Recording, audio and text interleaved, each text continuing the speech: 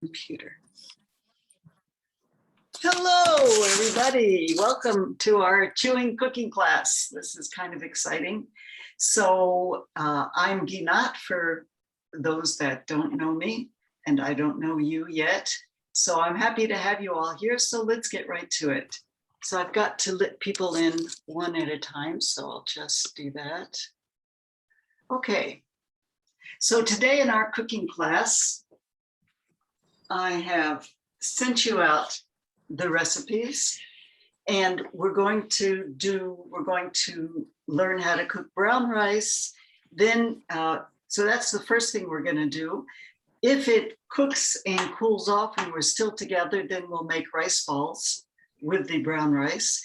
Then we're going to make Bancha Tea. We're going to make pickles, Gomasio, and it seems like there was a fifth thing, if I can remember whatever it was. Anyway, let's get started. So I've sent you the recipes to your emails. I didn't get a recipe. Check your email. I sent it to whoever it is that you're using for your email address. I sent it to them. If not, I'll send it after the class, so don't worry. So let's start. And you're going to have to tell me if you can see what I'm doing. Hopefully I've set it up well. So I've chosen to make my rice in a pressure cooker because all summer long, I don't use a pressure cooker. It's too hot. There's 4 different factors that make a food more yang, we could say, or denser. One of those being pressure. So I don't use pressure cooker in the summertime. So now it's finally starting to get a little cold, and we're going to be creating our bodies for the future, for the coming winter cold months. So I finally can start now with a pressure cooker. So hold on, I'm sorry that I have to keep, okay, no problem. So what I did is I took rice. Ginat, you can make me co-host, and then I'll take oh, that would be wonderful.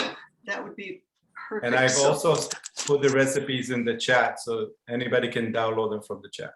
Okay, I didn't know that could do. So hold on just a minute, and I'll find you.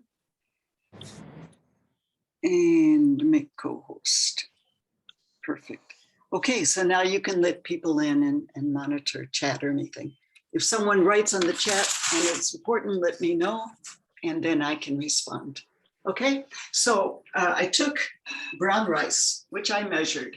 I wanted to do 1 cup of rice, and you can see for yourselves if that's a good amount for you. I like to cook, there's nothing like fresh rice, especially for what we're doing. So I like to cook it every day. If you want to cook it for every 2 days, every 3 days, whatever works for you, you choose how much rice you want to cook. So I've got here a cup of rice. Some of you want to put it onto a plate and check through it and make sure there's no little buggies or any kind of living creatures around there. I find that this rice is so clean that after tons and tons of times of using it, I've never ever found anything. So my understanding then is that in that case, we don't need to check through it. However, you do what you like about it. The next thing we need to do then is to rinse it. So to rinse it, we are going to put it into a bowl. And let's see if I can work right here. And just to show you, can you see, look how much dirt comes off the bottom that was in the bottom of this bowl. So don't think that you don't need to wash the rice. I'll tell you, it tastes a lot better when you don't have all this dirt. So the way that we, hold on, wash the rice then is to put it in a bowl as I have, that's measured and checked if you want, and then put water in here and then pour off the water. I'm not going to do that right now because I've already done it in order to soak this rice, and I don't want to make 2 pots of rice. It's just going to be too much. So you have to just imagine that part of it. So again, I put it under running water, right? Swish it around, swirl it around, and you'll see that it's kind of cloudy. All the dust and dirt is kind of rising to the top, and I strain it out, pour it out through a strainer into the sink, and then do it a second time. By the third time, for sure, it's really the water is clear and you're done. Okay, so that part you have to imagine. So this is going to go back in my pot. Now, here's what I soaked already in my pressure cooker. So a word about pressure cookers. If you can find this beautiful pressure cooker, it is called Perfect. It's by the company called WMF. And what's so important about this one is that it's small. It's 2.5 liters, 2.5 liters. I do not recommend that for a small amount of rice, you're going to use one of these enormous, huge pressure cookers. Why? The reason is that if the pressure cooker is too big, it means all of the rice, if you're just cooking a cup, is going to be on the bottom, on the surface of the pot. And it means that there's not going to be any depth to what you're cooking. By definition, we define yang as being the downward or the bottom, yin being upward or the top. And what we want is a combination of both of them so that when the rice is finished cooking, we're able to take our rice paddle. This is a really cool rice paddle, and stir it around so that, or sometimes for medicinal reasons, we want to give someone only the yin aspect or only the yang portion so that we have control and we have the option of both of those things. So that's why if you have the opportunity to buy this WMF pressure cooker, there is one store that I know of in Jerusalem that sells it. Surely on the internet, or maybe there's more stores by now that we don't know about. Anyway, this is the one I recommend. So I have my 1 cup of rice that's been cleaned in this pot, and I measured out 1.5 cups of water. Okay, very simple. And I've had it just sitting here like this without doing anything to it since about 10 o'clock this morning. Okay, so ready to go now. So I'm going to close it. I'm not going to seal it. If you're just using a pot, you just put the lid on. Let's light the fire. And the reason I'm doing it this way is because I want to add salt at the appropriate moment, which is after it starts to come to a boil, or you know how it looks when it's just coming to a boil, or maybe you miss that moment and it already is boiling. Try to catch it when it's just about ready to really boil. That's the moment when we take our salt. I happen to have a really beautiful sea salt that I brought from abroad. Salt is very specific in our macrobiotic understanding. We want it to be not pouring. We don't want it to be so refined that it just Morton salt rains when it pours, or whatever that is. We want it to be slightly moist, right? Slightly wet so that it kind of is not so refined. And what's very interesting is when we taste salt on the tip of our tongue, the first taste is sweet and then salty. It's really interesting. If you get a really good quality salt, that's how you know, sweet and then it's salty. Oh, very salty. So for the first moment was sweet. It's very interesting. So as soon as this starts to come to a boil, I'm going to take good old finger measurement, a pinch, okay, per cup. So I've got 1 cup, I'm going to take 1 pinch, okay? And the pinch is not, you know, a palmful, a pinch is a pinch, okay? So you'll find out very quickly if the salt is too much or too little, because you want it to be obviously just right. So the just right taste is the rice is delicious. The rice is so delicious. And the more you chew, of course, the more flavorful it even becomes. So in order to tell you delicious rice, well, I suppose not too bland, not too salty, something like that. So let's experiment. And they say that it takes 3 times to make rice really well. First time it's too bland, second time too salty, third time just right. So let's practice. So I'm waiting for this to come to a boil. Let's see if I can be efficient and do something else while I'm waiting for this. I will say a word about my flame tamer. So regardless if I'm using a pot or a pressure cooker, I'm going to do the same process here. Next, when it comes to boiling, I'm going to put in the salt and I'm going to either close the lid or I'm going to seal the pressure cooker if that's what I'm using. And then I'm going to put my flame tamer underneath the pot, between the flame and the pot. It's called a flame tamer or a flame diffuser.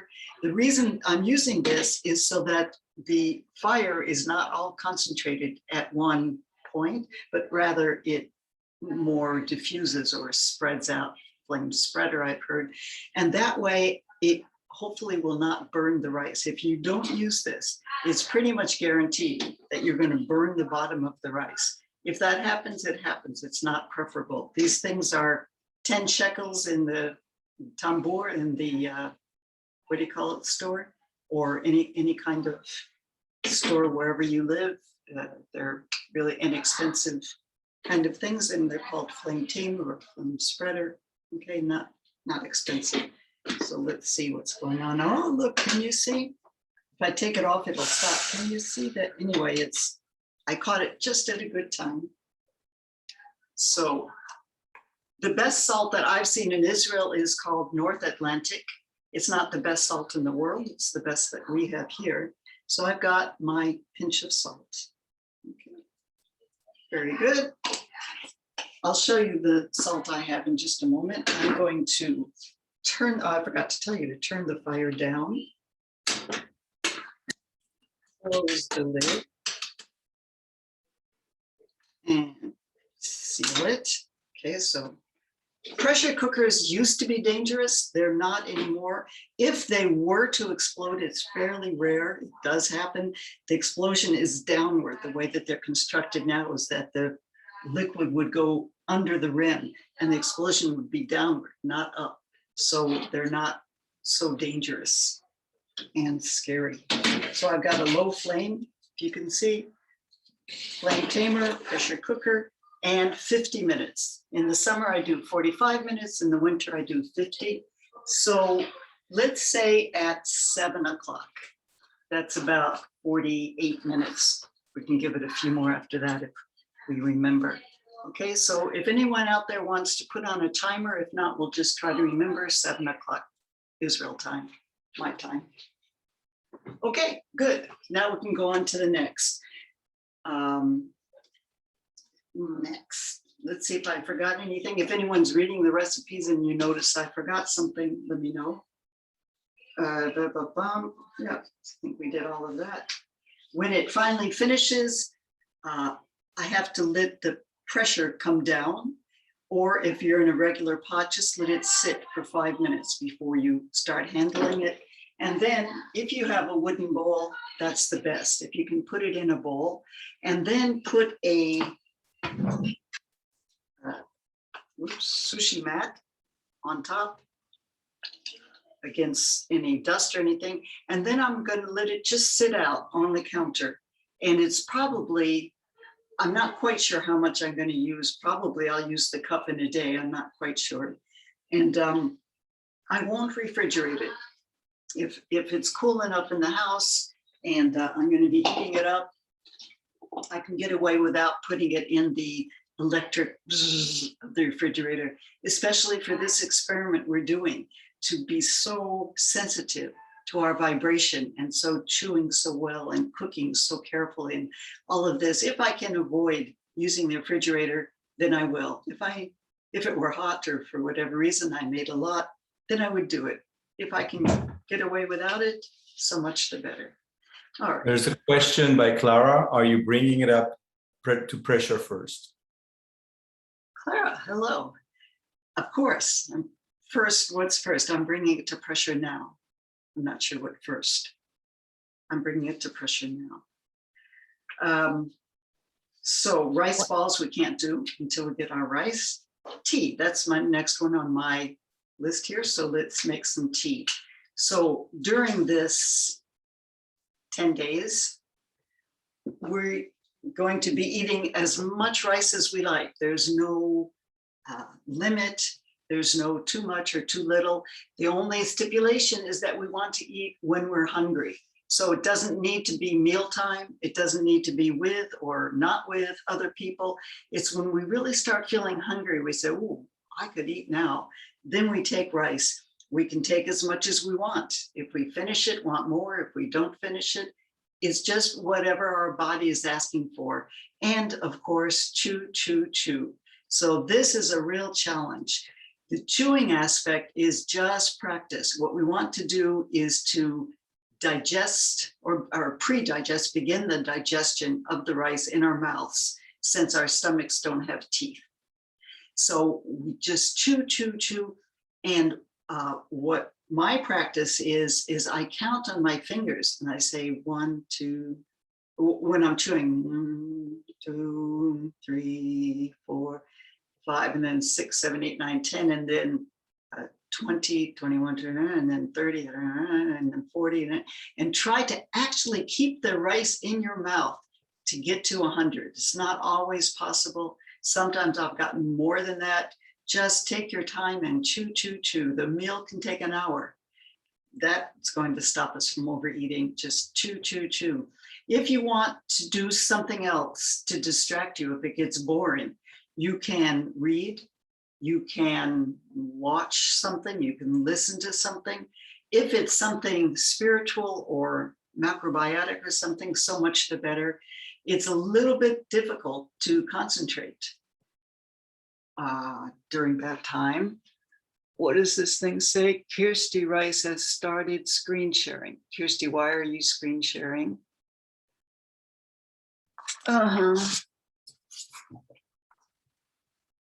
Maybe she's showing the recipe. Gabriel, can we stop her screen share there? No, Ginat, I just messed up. What do I do? How do I unsplit? Gabriel, do we know? We all try. Okay, Sorry. no I problem. was trying to look at the chat. Do you want to continue?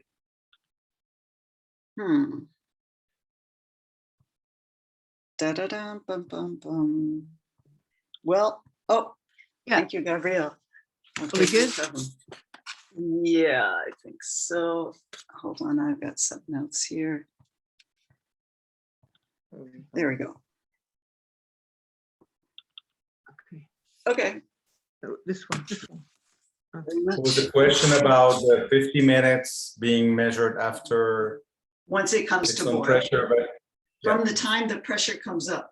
Oh, you're right. So that's my mistake. Is that from Clara? So I'm actually still waiting.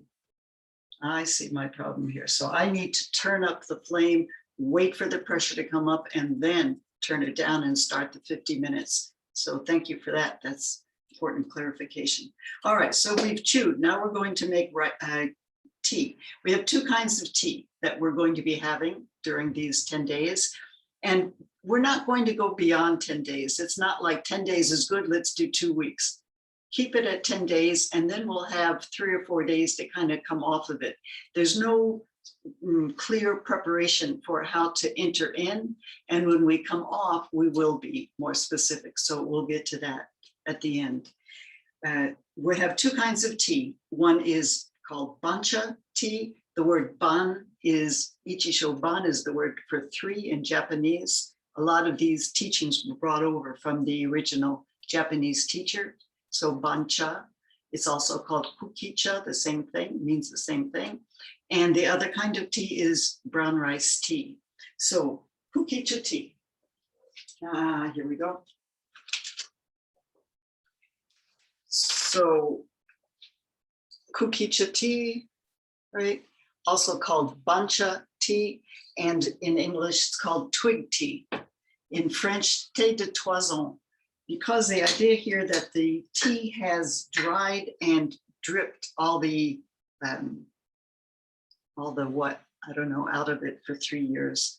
Anyway, so it's very dry twigs. And it's very easy to make. We take a pot of water.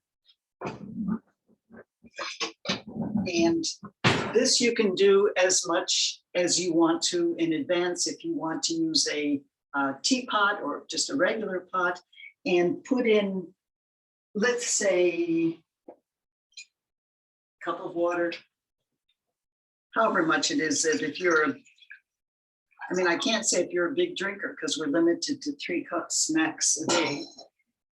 We put the on the flame. Now I see my pressure cooker. You'll see in just a minute.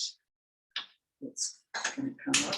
So we're going to turn on the flame, put in another pinch. Here we are using pinches as measurements today. So can you see I've got a pinch of Bancha tea, put it in the pot, et voila. That's it, we're done. Very easy. We're going to try our best not to boil this water with the tea. We're going to try, like we did with the rice, to catch it just when it's coming to a boil, just about, and then to simmer it. So that's all we have to do. And the reason for that is the tea, this pinch that I put in, the next time I'm ready to make tea, I can reuse the twigs that are already in here. If they come to a boil, then it's not as tasty. It's kind of all sucked out of it or something. If I catch it before it boils and just simmer it, then I can reuse so I'll reuse the twigs I have and add a new pinch. And the amount of the tea grows and grows every time I reuse what I have and add a new pinch. So that'll make a nice, robust, flavorful tea. And Bancha tea is very interesting. It's the only tea that I know of personally that even sugar eaters tell me, no, it's true, I don't need any sweetener with that. It's fine just the way it is. And it's very nice. It's very good for thirst, which I've mentioned is in the throat, right? Not in the mouth. Dry mouth is something else. And we have a very nice, easy solution for that one. For this one, thirst in the throat, have Bancha tea. And we can even chew the tea. It sounds crazy. The idea is to chew our liquid and drink our food. So when I have this in my mouth, I've taken the sip. Don't just right. We can kind of swish it around in our mouth and really kind of take some time and really experience. So that's that tea. Let's do the other tea. Is called brown rice tea. Question about drinking water or just the tea? Just tea. Yeah. For these 10 days, just tea. Okay. So there also is, for those of you that have access to such things, this is a brown rice Kukicha tea. So it's a combination of the 2 teas that we're having, the Kukicha tea or Bancha tea that I'm making here, and the brown rice tea that I'm going to make now. So it comes in tea bags, and those of you who live in countries where this is sold, how lucky you are. So brown rice tea. So hang on, because I want to see what's going on here. That should be okay. So my Bancha tea is just getting some bubbles around the outside of it. I don't think you can see that. So I'm going to turn it down. Matter of fact, I'm going to put it on the back flame for 5 minutes. So if anyone has a 5-minute timer or wants to tell me at 6:30, that's easy. Okay, you can put a lid on it if you like.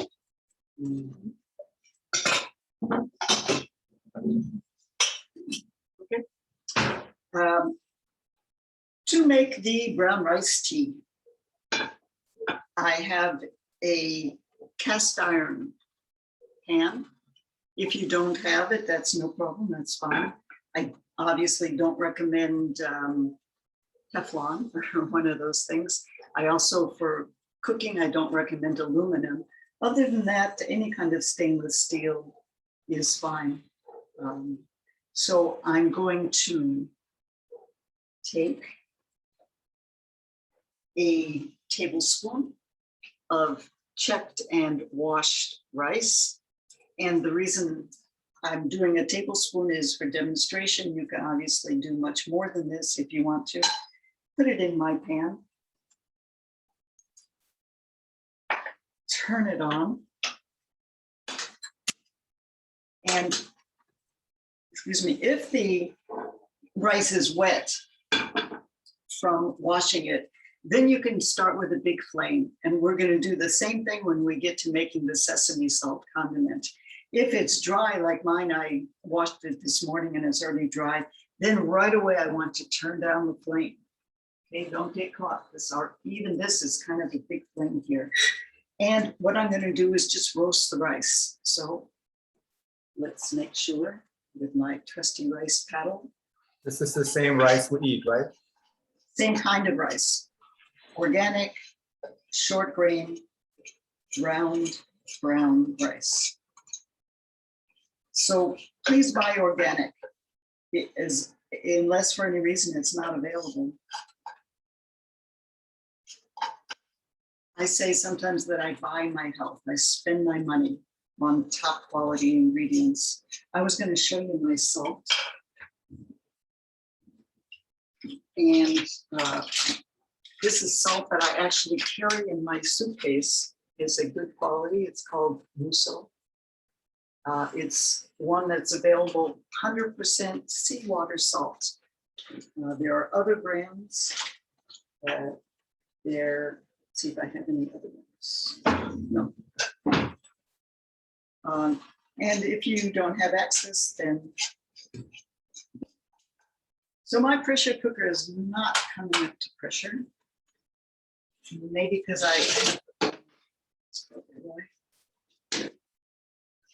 So I'm roasting my rice. That was the reason. Can you see now the pressure cooker is starting to come up to pressure? This right here, this, what do we call this part here, is starting to lift up. And you can see the rings around it. And it's going to come up even more. And then we'll turn it down and start counting the time. Okay, so the rice here, it's changing its color. It's getting roasted, more brown, more roasted color.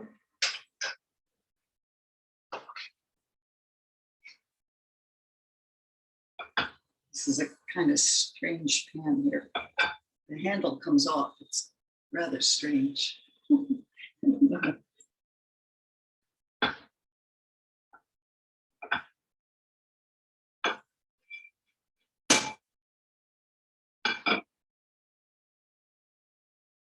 If I were cooking beans like chickpeas or something in my pressure cooker, I would let the pressure come all the way up. In other words, this chick thing here right now would come all the way to the top.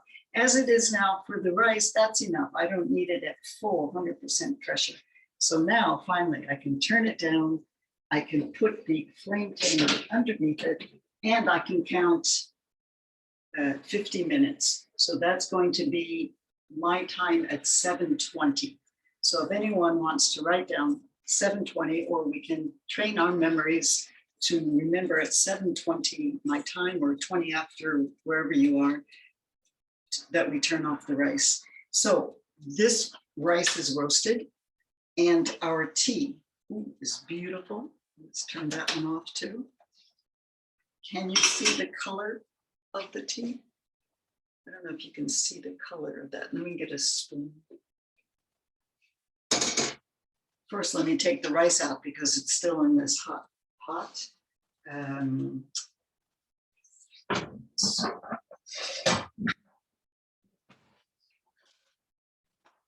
Let's see if I can manage to take it out of here.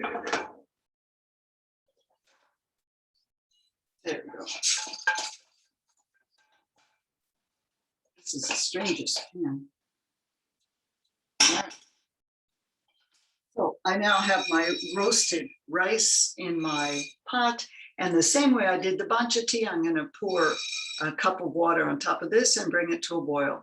I think I don't even need to do it, right? You guys understand? Same thing we did the Bancha tea, I'm going to do with my roasted rice tea. I'm going to put per tablespoon of rice, a cup of water, bring it to almost a boil, let it simmer for 5-10 minutes, something like that, and voila.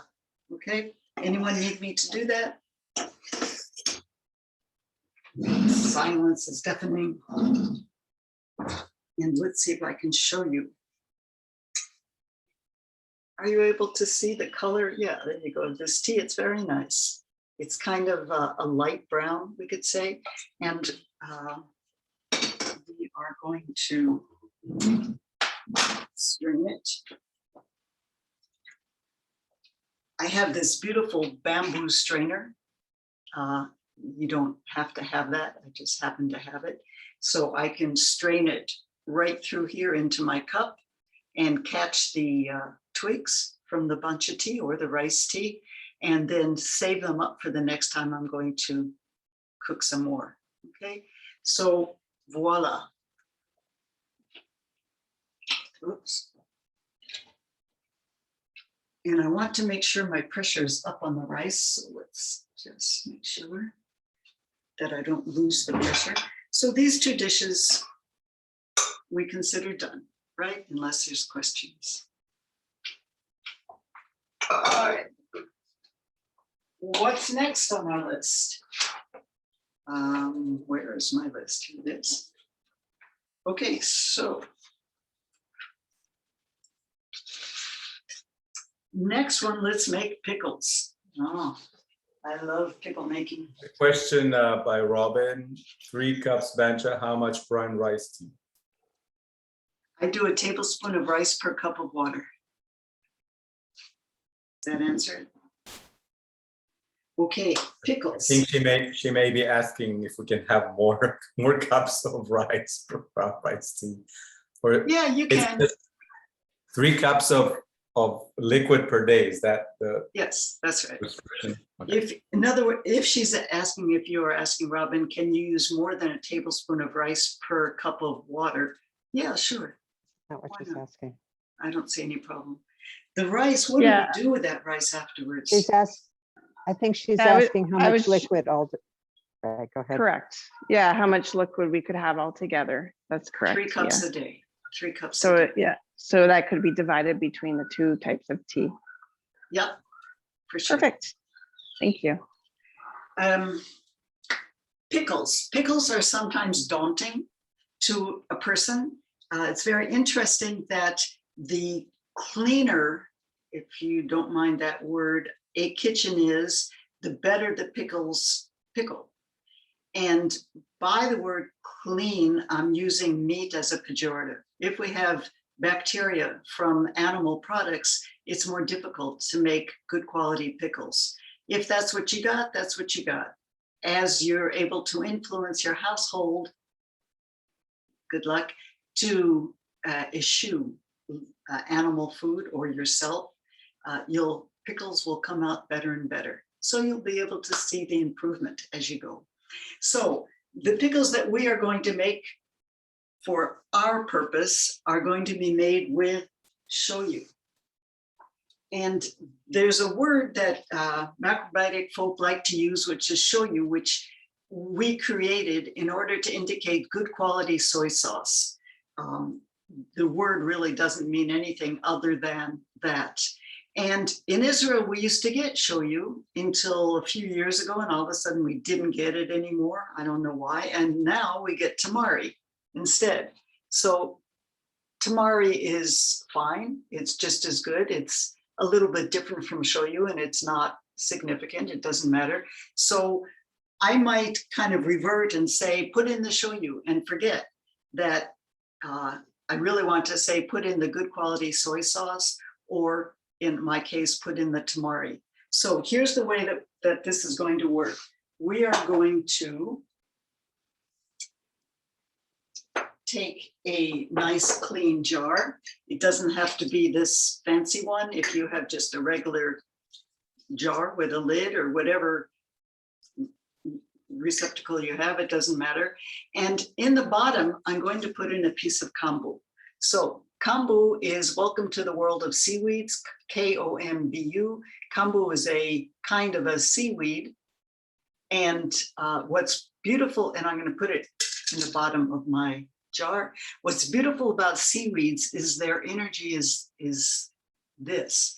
And when we eat seaweeds, we become flexible and we become this kind of midnight, dark, watery kidney energy, because it's salty flavor and it's darkness and the color is deep dark blue or midnight sky or this kind of thing. So that's the energy of the kombu that we have here. So I put it in the bottom of my pickle jar.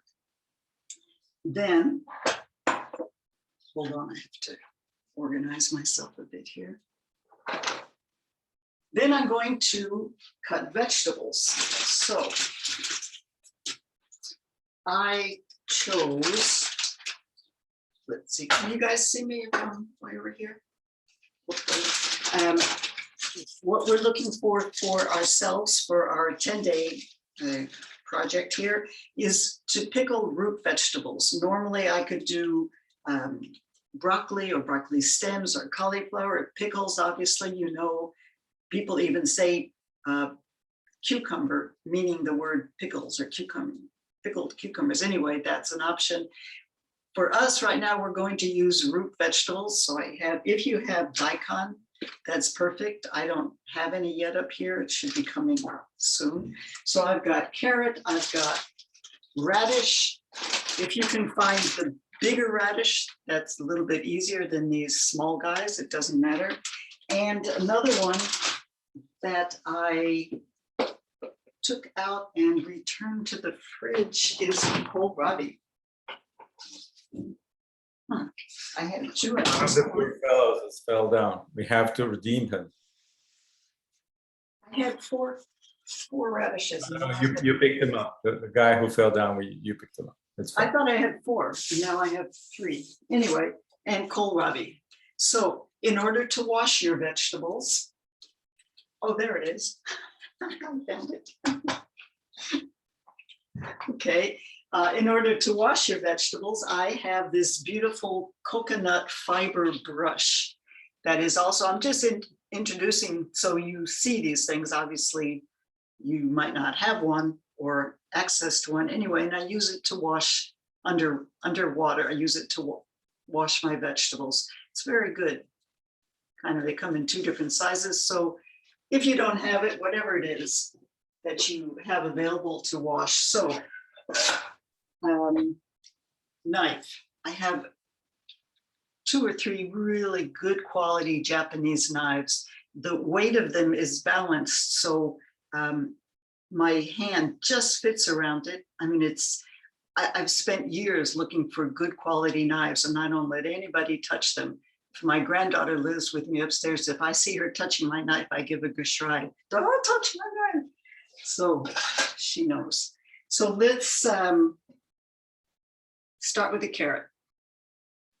Okay, and I'm going to cut it in not so thin slices. So let me show you. Okay, not so thin slices. Okay, you can do it thicker and they will take more time to pickle. You can do it like super thin and they'll pickle like within an hour. So for us, we're going to do it this way, and I'm going to fill up my jar. You know what? I don't like this carrot. I don't know what's going on with this carrot. Can you see? And I'm throwing it away. So no more carrot. Okay. Is it okay to mix your vegetables, for example, daikon and carrot together? Absolutely. Where are the rest of my carrots? Here it is.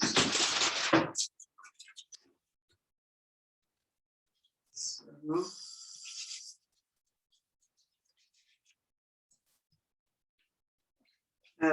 take off the top, take off the bottom.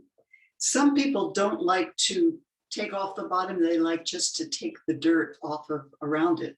And it's really nice to do that because this part of the carrot is the joint or the connection of the greens to the root. So it's such a nice part of the carrot to be able to eat. And it's sort of relates to our joints. So if you have the patience to clean around it and get off the dirt rather than toss it away like I've just done, very good. So let's try this one, see if it's better.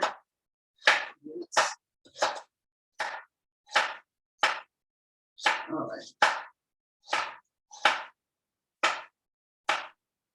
Ginat, when you say the cup, do you mean a measuring cup, an American size or a regular size? I have always meant with the word cup, a measuring cup. Okay. And here in Israel, I'll ask someone, I'll say, I'm giving a cooking class or something, and I'll say, do you have a measuring cup? And they'll bring me out like to have a cup of tea or something. So Yeah. then I just have to use that and try to, as long as, yeah, it's not so crucial. Okay. Radishes, again, same thing. You can see how thick my piece of radish is, right? Not super thin. And if the radish is really fresh, you don't have to cut off the tail. You can keep that part. With the seaweed, if we can't find the bamboo, can we use any other seaweed? Why not? Is that the case, that you're not able to find kombu and you can find other ones? Haven't so far, but we've got some white, I can't remember what it's called now. Wakami Wakami. and Aranki. And what, arame? Arame, yes. Yeah, I suppose. Tell you the truth, I've never tried it. So this kohlrabi has already been washed. I'll take off the tendrils. I know I could have done this part before and had this all prepared for you guys, and I didn't. This one is organic, so I can use the skin. If it's not, then I probably would want to peel it. So we're good.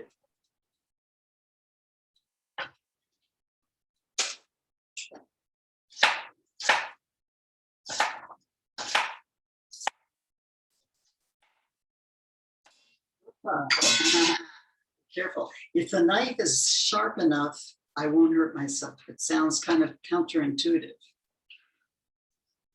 So these pieces of kohlrabi are too big to fit in my jar here.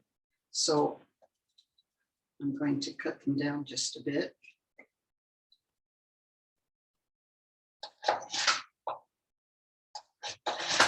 Okay.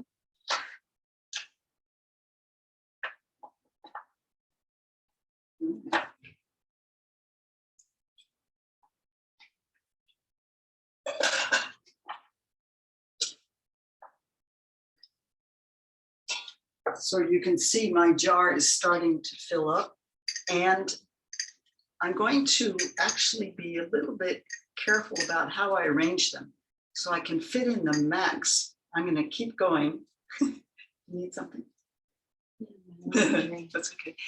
So that I can fit in the max number of vegetables and that they really fill up the jar. I don't want them, I want the liquid I'm going to pour in to be able to circulate around them. Still, at the same time, I don't want them falling over. Does that make sense? I want the jar to be really filled up. So let's put another carrot.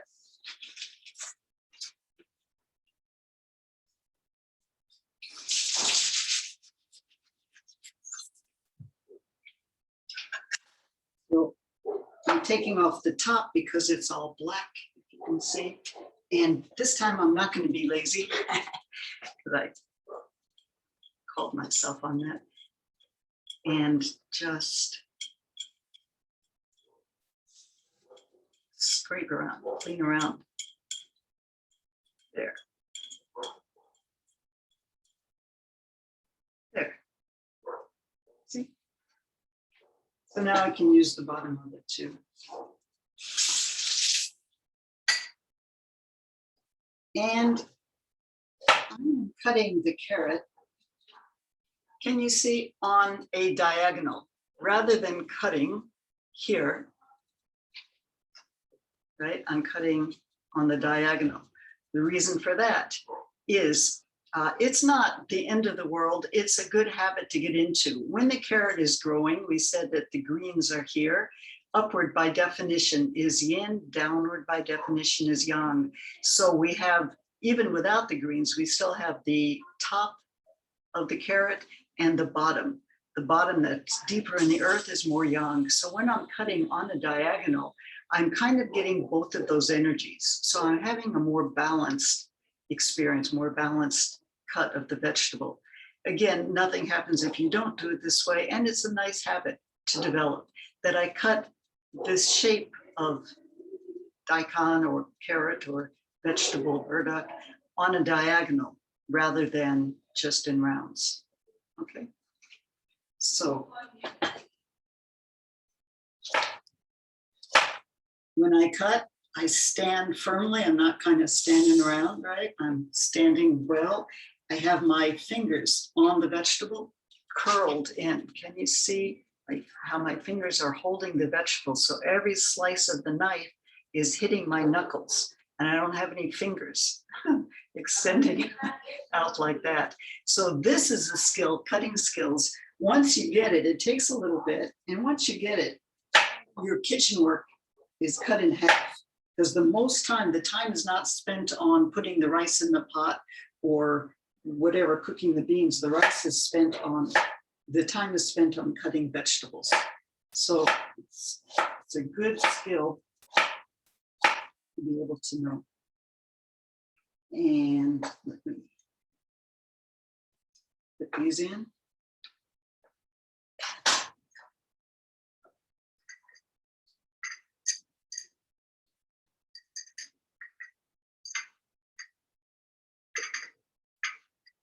All right.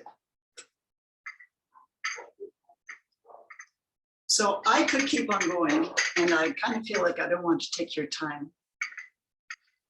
Keep on adding vegetables to this pot. So let's call it a day here. Some people like to put in ginger slices. That's another option. You can put the same way we put the kombu at the bottom of the jar here. You can also take a slice of ginger and put that in if you like that taste. I do not recommend that you do different herbs or dill or any of these kind of things for our purposes right now, peppercorns and all kinds of other ideas here. For our purposes, we want to be fairly pure. So kombu is a nice idea. And I'm pressing my vegetables in as much as I can, because what I do not want to have happen is that when I put in the liquid, I don't want them to float up, because then they're going to be touching the air, and I want them to be totally submerged. So if I try to, that's the reason for putting as much as I can in this jar, so they hold each other down. So I don't know if I'm going to quite manage here. So let's call this a day and put in the liquid for it. Could I put the ginger and the kombu in the same yeah. jar? Yeah, for sure. So we're going to do a 1/3 cup of tamari with 2/3 cup water. In other words, diluted tamari. So let's get a cup measure.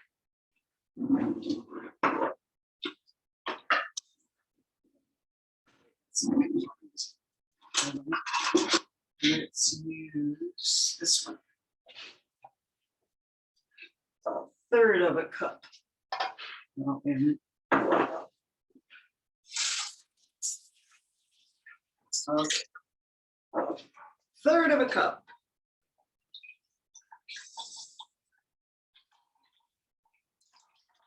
Of tamari soy sauce. And 2/3 of a cup of water. This is filtered water from the filters under the sink here. And for this, for the vegetables. And I see that I don't have enough. My vegetables are not covered. They're not submerged, so I'm going to put some more in. So let's do I think I'm gonna double it for the amount of vegetables I have. So I'm gonna do another third of a cup of water. And 2/3 soy sauce.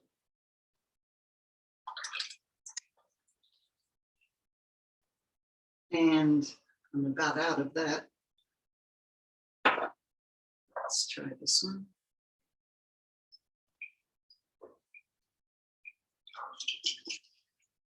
Oh, listen, I wanted to ask everyone, there's our first tomorrow. We're supposed to meet with Mark Van Kouwenberg, with a counselor at 8 p.m. my time, which is 7 p.m. Europe, which is, let's see, 1 p.m.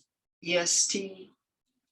And what does that make it for Pacific? Anyway, there's one person who says it's not convenient for her and would like to do it an hour earlier. Is that convenient for everyone? 7 p.m. Israel, noon EST, 9 a.m. Pacific. Anybody have a problem with that? Good, so I'll send that out. Okay. So let's see what we got here.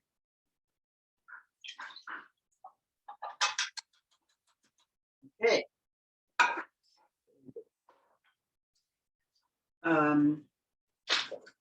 I have a rock from my garden that every time I make pickles or sauerkraut or whatever it is, I use this rock. And it's been cleaned and scrubbed and washed and purified and boiled over and over and over and over. So I feel pretty confident that it's clean. Sometimes I'll even put it in a plastic bag, or you can do that if you want to. And I'm going to put it in here to hold my vegetables down.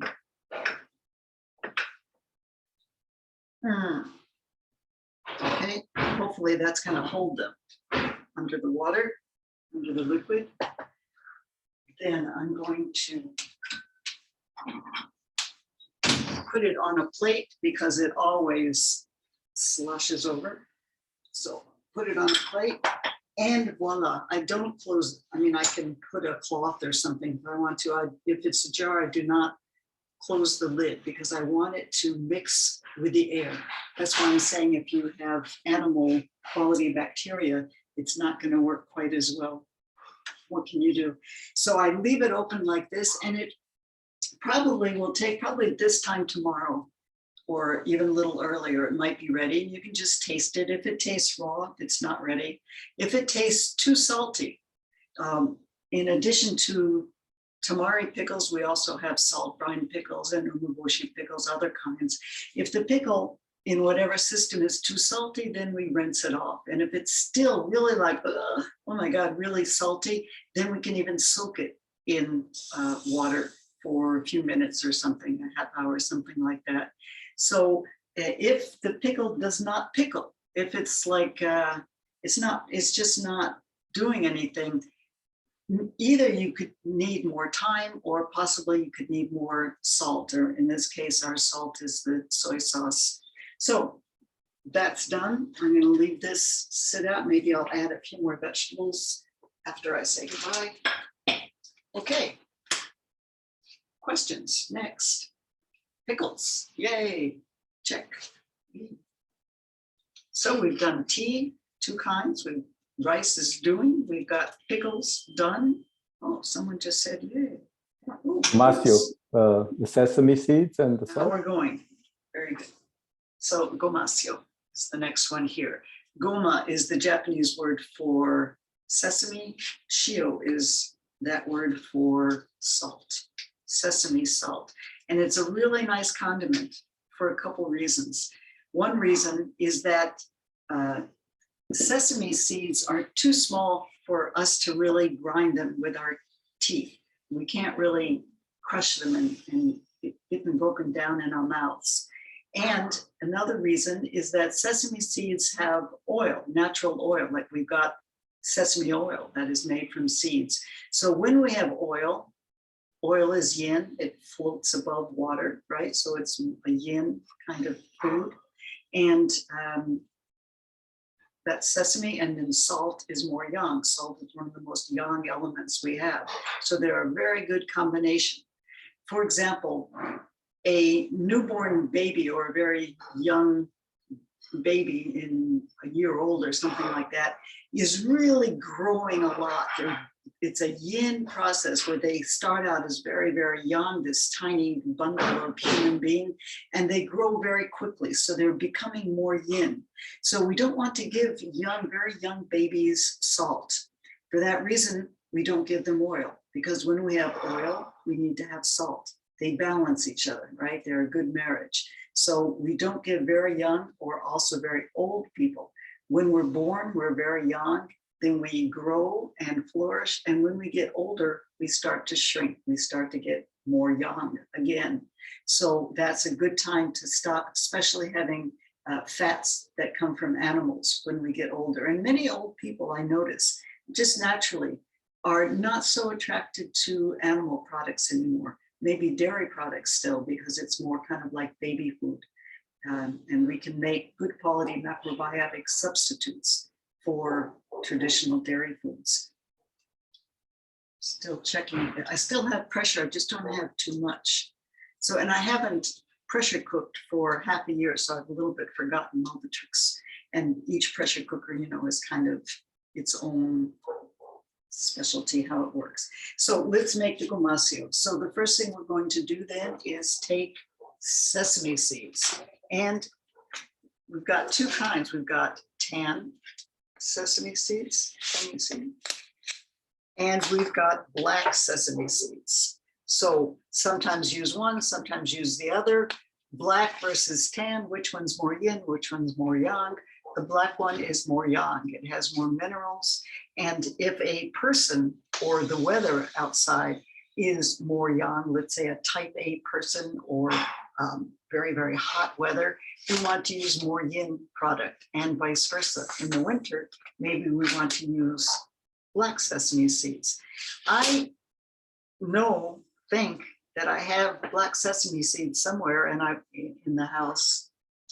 I was not able to put my finger, bad feng shui. So I went to the store, and the only black sesame seeds they sold here is already roasted. And I would, of course, prefer to roast my own. This is what I found. Anyway, so I bought it and thought, well, I'll experiment and see how that goes. Meanwhile, let's take the Sum Sum Malay organic, whole, or brown, you could say sesame seeds. Don't get the white ones, okay? I mean, white's a very nice color. I don't want white rice or white flour or white sesame or white supremacy. That's stupid. Okay, so.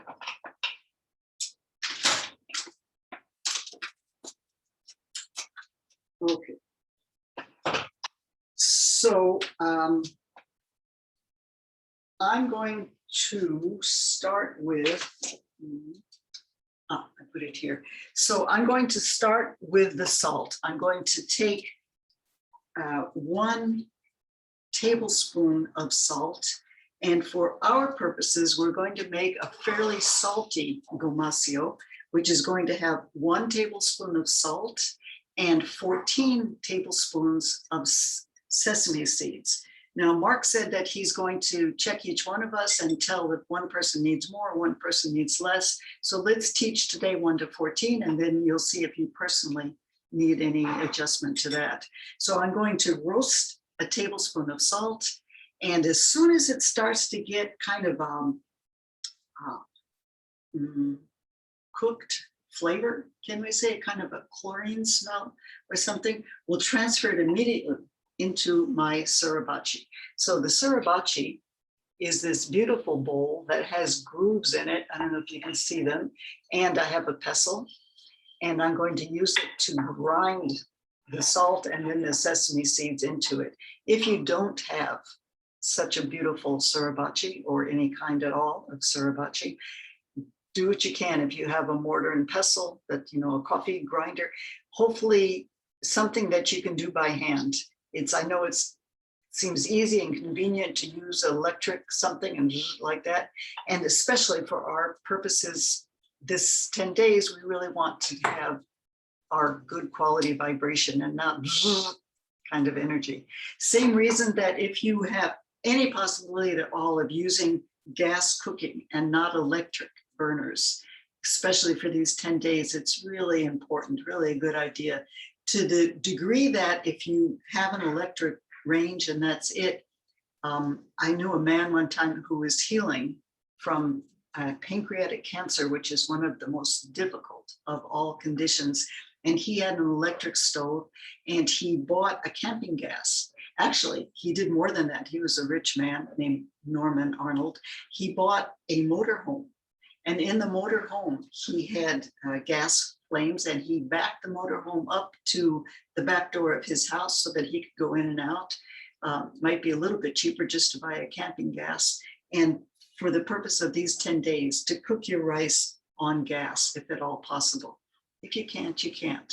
And if you can, so much the better. So let's take a tablespoon of salt. Again, I've got my, oh, here is good quality salt here.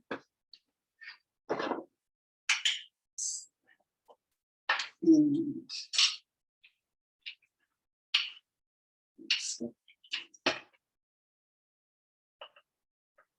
okay, so my beautiful salt, can you see? Okay, and we're going to put it in my dry pan, no oil. I like to keep the salt closed. Whenever I finish using it, I put the lid back on. Why? Because salt is a yang element, one of the most yang, and I don't want it open. I want to keep the lid on when I'm not using it. Okay, so again, all of these habits that I'm sharing with you, they're good habits, and nothing happens if you don't do it. So let's see, you can't really see this. Let's see here. So you can see that the flame is not huge, right? It's not the highest flame. It's more modest because I don't enjoy burning things. And my funny pan I put on, and my rice paddle. If you don't have a beautiful rice paddle, any kind of wooden spoon is fine for this. Why wooden? Why not metal? Because listen to this. And now listen to this.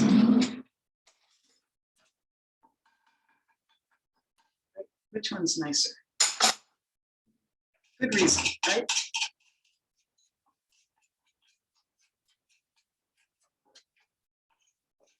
So this won't take very long at all. There's a very nice macrobiotic remedy for cold feet, or a person who has the chills, or for whatever reason, or well, I don't want to go into too much detail, but let's say that for whatever reason, the person needs to warm up, let's say their belly, or they're cold all over. So we take rice. It doesn't need to be good quality sea salt like this one. I said rice. We take salt. We take salt. And the same way that I'm doing it here, and it can be just junky old, any kind of salt, and roast it up. And salt being yang, adding heat to it is going to really hold that heat very well. We do a lot more salt than this. We do like a nice big, you can use kosher salt, whatever it is, and roast it up like this.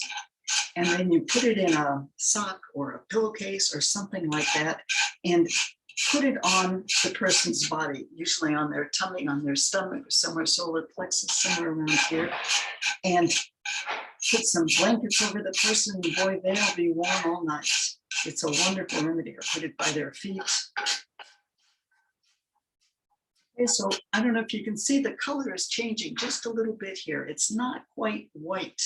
If I get the original salt, you could see the difference. It's kind of taking on a little bit of a different color. Become just a little bit more gray, and I do not recommend that you use neither gray salt nor pink Himalaya salt. Use white. Salt is so important. You want to get it right. Okay, so that's it. You can see how quickly the salt goes. Now with this crazy handle, let's hope I can get it into my sriracha. Ginat, can we use coarse salt or just the fine salt? Don't use the coarse unless you have a way to grind it. Okay. With a mortar and pestle is okay, because I think I already bought a little bit coarser salt. Well, I'm not quite sure when we say coarse. Refined, you can see when I show you salt. Not refined. It's Atlantic salt, but it's in coarser. Well, it's in that's it, thick, yeah, bigger granules. yeah. Clara, do you know anything about that? Because what they write on the package, they call coarse. I'm not sure if it's really coarse. In other words, it's not Melach crystals. gas. Right, now I know the word. I'm just not sure what it looks like. What you don't want is crystals. You don't want, like, you know. I'm gonna go get it and Yeah. see. And It's what also I- what you, Hmm? It's what I use, and I think once he grinds it up, it'll be fine. So I have a Hey, hold. question. let me Oh, just sorry. set this up. Hang Yeah. on with your question 1 minute. So I have the salt in my sriracha and sitting down so that I can hold it tightly between my legs. And pestle. I'm right-handed, so I'm holding the pestle in my right hand with my left hand on top, like a fulcrum, and the other hand goes around in a circle. Can you see that I'm going around? So I'm going to be doing this, so you're welcome to ask questions. It's a great time. I have a Gomasio from Eden Foods Uh-huh. that's already prepared. It has Right. seaweed in it. Am I able to use that? Does it say, indicate the amount of sesame seeds to salt? No, it just says sesame seeds, sea salt, sea vegetables, which are organic dulse, nori, and kombu. But I had already prepared my own Gomasio, and I used a teaspoon of 2 teaspoons of salt to 1 cup of sesame seeds. Is that okay?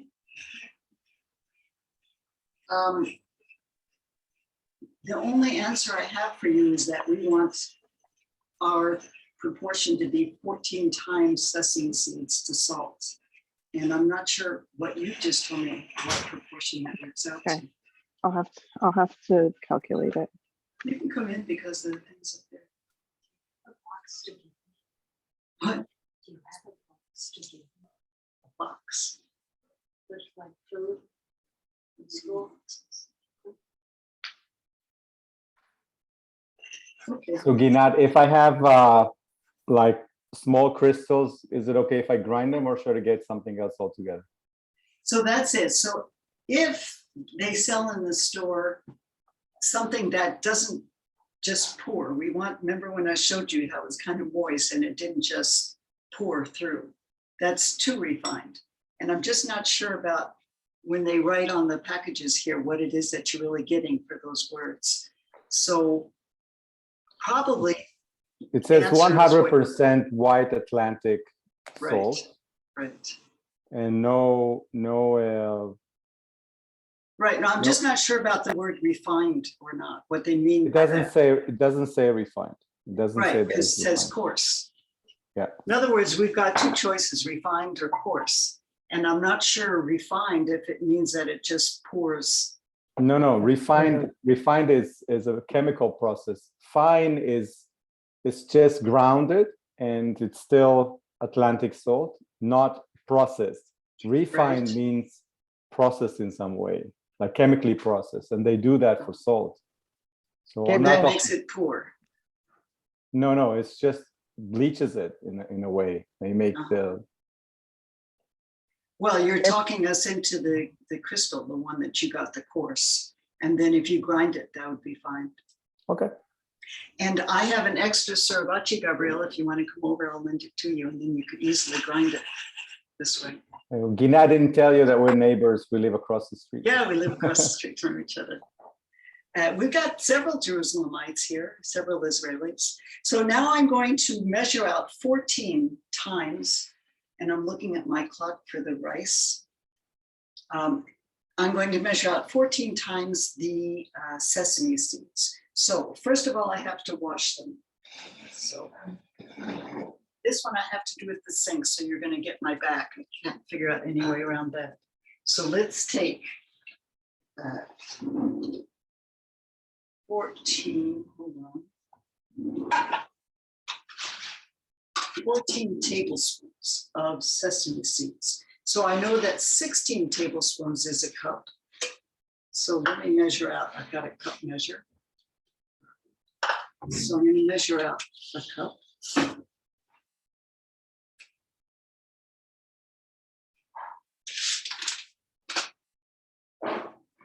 And pretty good here. Here's a cup. And then I'm going to take off 2 tablespoons. Isn't that clever? Instead of measuring out 14, I'm putting in 16 and taking 2 off. Okay, very clever. Okay. So now to wash this, I put water on the top. Same way I did not show you the rice. Swish it around a little bit and pour it off into a second, which I had prepared. Let's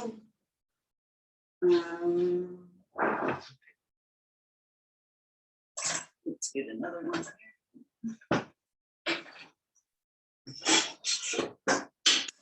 Into a second. So what I'm trying to do here is just pour off the water.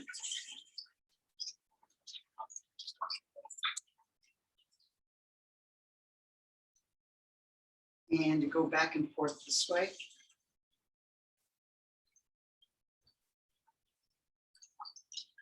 And the idea is that the dirt stays at the bottom.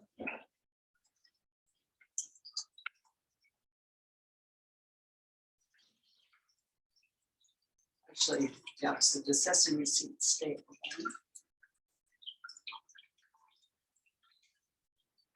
bottom. And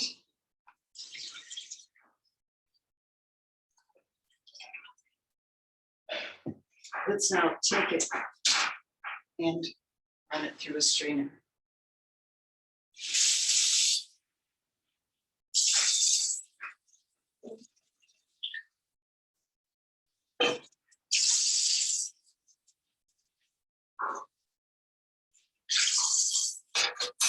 So if there's still dirt in here,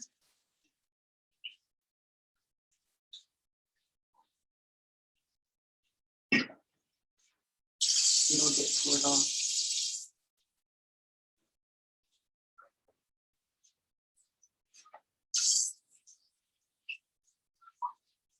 I don't see any dirt in this whole thing. So, like the rice, this sesame seeds are really, really clean.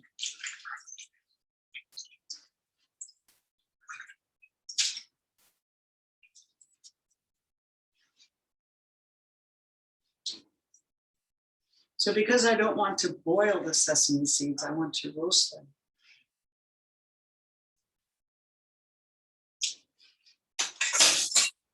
I'm going to dry off the bottom of the strainer. Okay, and this actually makes a difference. And roast the rice. 5 minutes to 7:20 for the You're the rice. best, you're the best. So another 5 minutes on it, right? So I'm going to use this, my favorite pot. The brand is Kyocera. Kyocera makes ceramic cutting knives, and they make beautiful pots and pans. I use this almost every day. And I'm going to use this instead of this little pot because it's too difficult to manage with this funny handle and it's too small. So.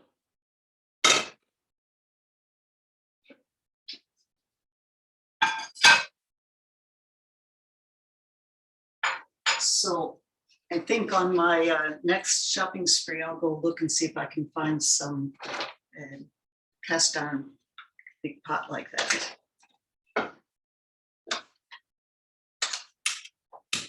So now I can start with a high flame because the sesame seeds are wet. And from years of experience, I can tell you, don't go and work on the computer while you have sesame seeds. It doesn't work. Can't cook from the computer or the TV or the laundry room. So take my, here it is, trusty paddle. And most of the time I cook by smelling, by watching, and also by listening. And since I have my earphone in my ears, I'm not going to be able to hear it. So if it pops, that's already a little bit too high a flame, and I won't be able to hear it. So we just stir it around. I had a friend one time that, you know, when you go like this and then you want to kind of, she said, no, don't do that. Don't hit that. She didn't like that. She said, don't do that.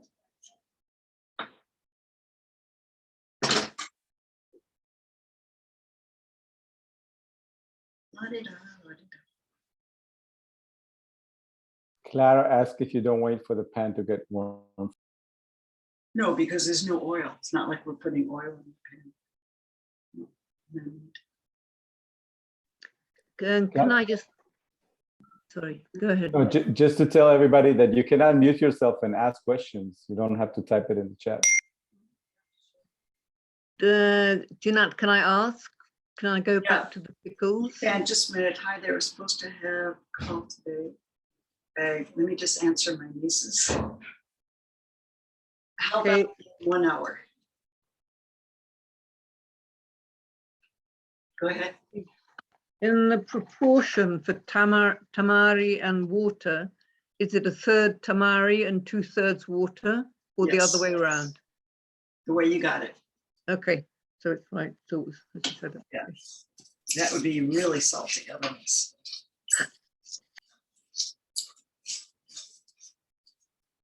Also, do you have the recipes that I sent out?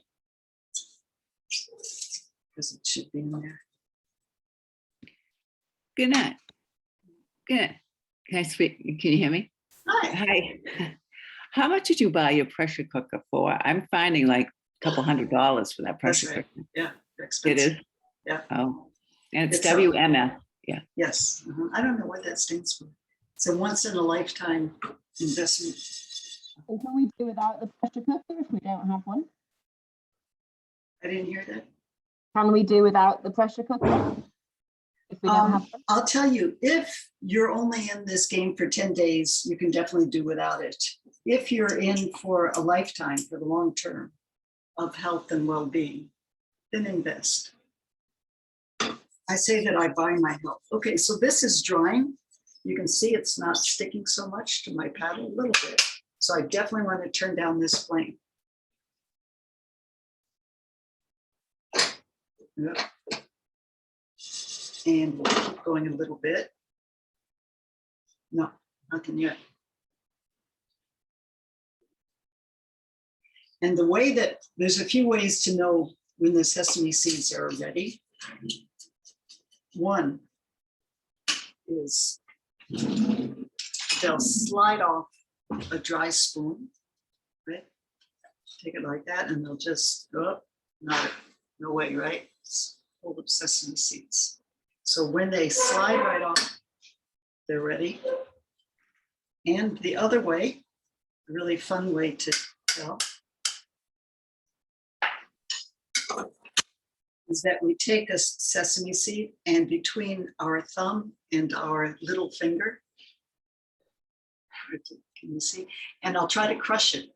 And if it easily crushes, so it becomes like a meal, you know, a flour, it's ready. So this one wasn't.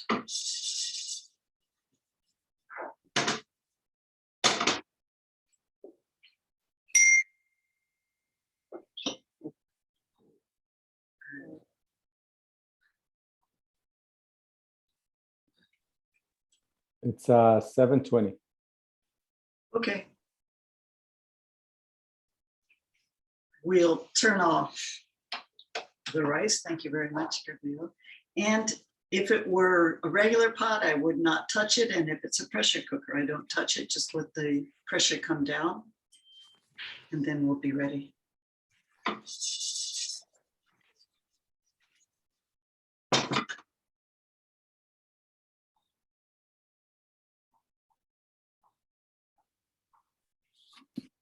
Do you ever put the pressure cooker under cold water to bring it down quicker? It's possible to do that. And again, especially for these 10 days, we want to have calm energy rather than like the pressure cooker, like, you know, it's so shocking. Yeah. So there's no need to for this. Okay. There's someone who asked if she could use an electric pressure cooker. I'm not quite sure. I don't know if I've ever seen that. She has some kind of electric pot that has a pressure cooker setting. And I would not encourage that for these 10 days. Again, we want our energy to be calm. Ginat, this So- is Kathy. I have a question back about the tea. Yeah. Is Bancha tea to be drunk only between meals of eating rice? Yes, thank you very much. Very good question. So we're not taking a bite of something and then taking a drink of tea or something. The tea is after we finish the whole meal. And the reason for that is that we want to chew. And if we're washing the rice down, another reason we want the rice to come out not dry, we want it to come out not soggy, let's say, not soppy or wet, so that we can really chew it. So the same reason we're not going to drink. So thanks for that question.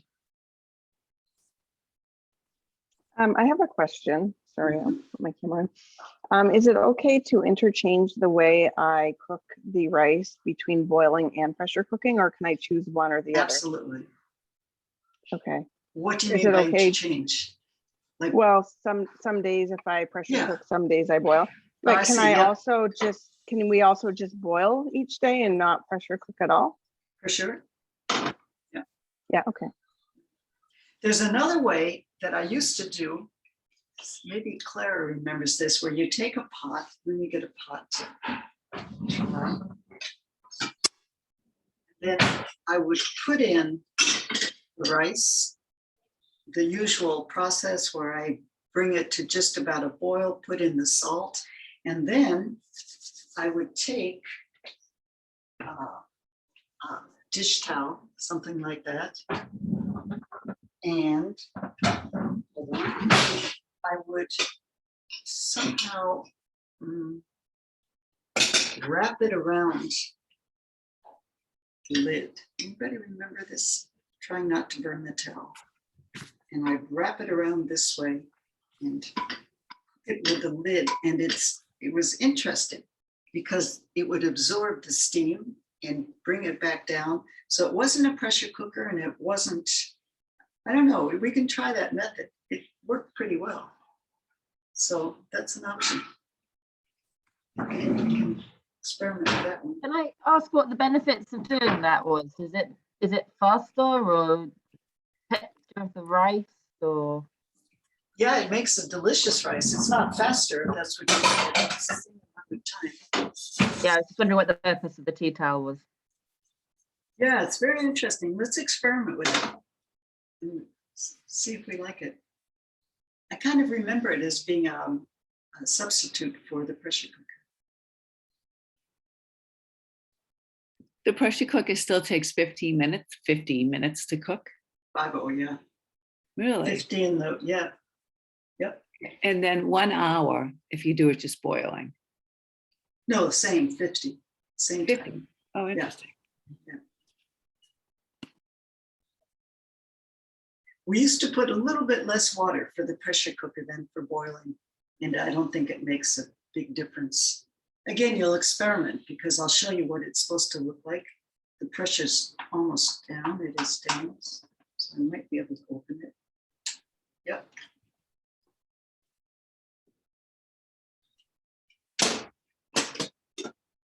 Oh, beautiful. Wish you could smell that. Perfect. So let's see. Can you see that there's like spaces between the rice? It's got like little holes or spaces, I guess, air vents or something between every grain. That's good rice. That came out really well. So we can take, this is starting to get kind of golden around the edges, kind of, we can try our spoon here. No way. And I'm really patient with the sesame seeds because the time between they're not being ready and they're burning is really short. So I'm going to take my beautiful rice paddle, get it wet, and put it straight down to the bottom and mix it around. So the yin and the yang, right, are getting mixed up. So I've got it nice, and mine's sticking just a little bit to the bottom. So I'm going to see if I can steam it off by just closing the lid here.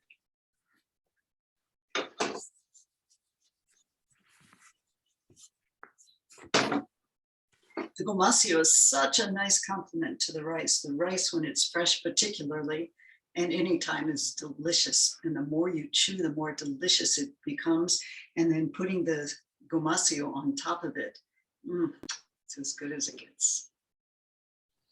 Ginat, it's Kathy again. Back to the Bancha Tea. Is it far preferable to strain it with the bamboo strainer versus a metal strainer? And then the second question is the UmeShoKuzu. Is that to be prepared and drunk after the 10-day period? So the bamboo strainer is really nice if you have it. If you don't, you don't. It doesn't matter. It's not like we're putting the strainer, the metal strainer in our mouths or anything. It's just I have it, so I showed it. It's not essential. You know, if you have it, it's nice. The UmeShoKuzu, that's the last dish we're going to do, and I think we'll be able possibly to do a rice ball if you guys still have time. The UmeShoKuzu, I'll explain in detail what it is a medicinal drink. You may not need it the whole 10 days. We have one friend who got the jump on us and started a few days ago and said she was feeling weak. So she talked to Mark and he told her to have this medicinal drink to kind of help her strength or her energy. So in just a minute, we'll get to work on that. And you may not need it at all, or you may want it whenever it's whenever you feel that it's needed. So I'll hopefully finish this and go on to that. Can I substitute? Sorry, go ahead. Oh, can I substitute green tea for Bancha tea? No, it's Okay. really different. It's really a different tea. Green tea has more caffeine and it'll keep you kind of, you know, and Bancha tea is almost caffeine free. It has like a percentage, less than 1%, some like point something percent caffeine, because there's only one tea bush. And this, because it's 3 years in the process, it's got almost no caffeine. So in other words, you could drink it before going to sleep with no problem. So no, it's a different kind of tea. Could I eat my brown rice in the mornings in the form of brown rice porridge? No, because in general, yes, that's what I have every morning for breakfast. For us, for 10 days, we want to chew, chew, chew. We want to really strengthen our intestines and our digestion. So we don't want porridge.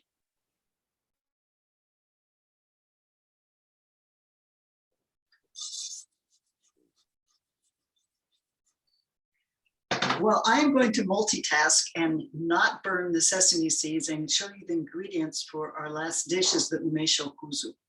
So here it is. Oh, I also wanted to show you if you want to heat up rice, you've got all this rice. It's sitting out on the drain board. Hopefully you don't need to refrigerate it. So you might not need to heat it up at all. You might want to just eat at room temperature. Or if you want to, you can steam it. I've got this cute little steamer basket. You can, sometimes I put a paper inside here, or you can, well, I was gonna say put a cabbage leaf. I guess that's not for us now. And just steam it over boiling water. So that's a nice way if you want to heat up the rice. So UmeShoKuzu is 3 ingredients, which by now you know what they are.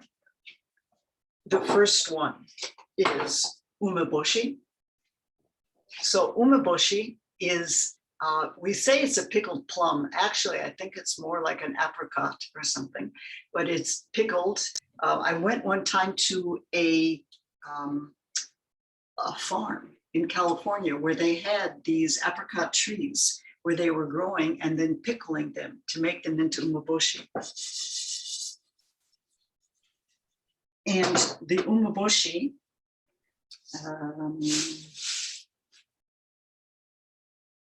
here it is, looking right at it. This is the whole umeboshi plum.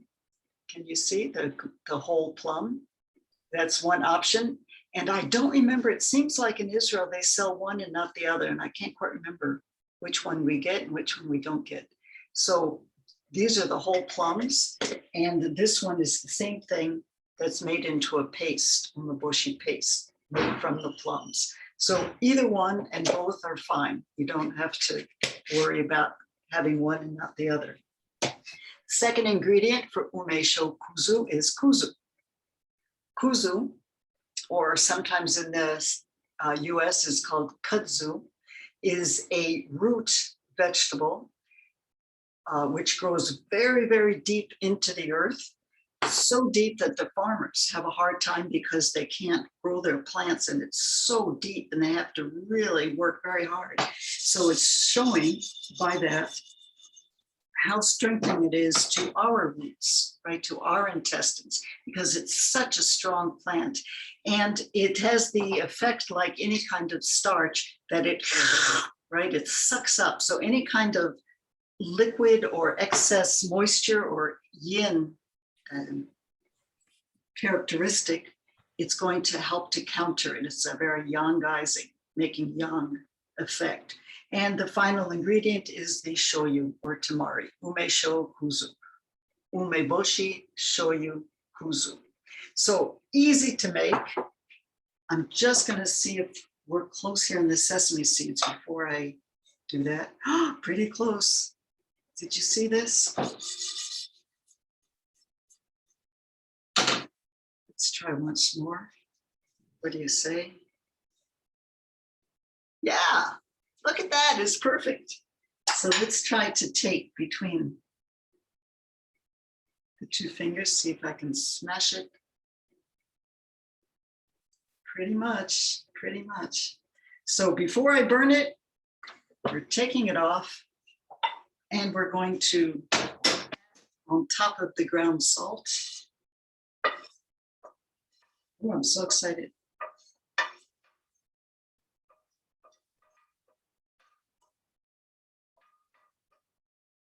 Okay, and back to my grinding. This will keep for the entire 10 days, right? We don't have to do Just this about, every day. yeah. We'll put it in some kind of jar that we can seal the lid on it. So my left hand hardly moves at all. It's pretty much stable there. And the right one goes around in a circular motion.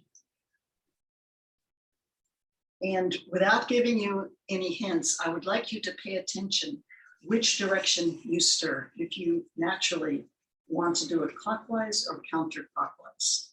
So when you make this, just share it with the rest of us on the chat, on the WhatsApp. So Mark said that we should be grinding this for about 15 minutes. And the kind of standard, how they explain how to know when it's ready, is when it's about 80% ground.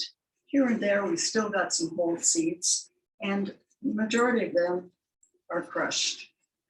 So I'm not going to do this now, because I don't want to take your time to do it.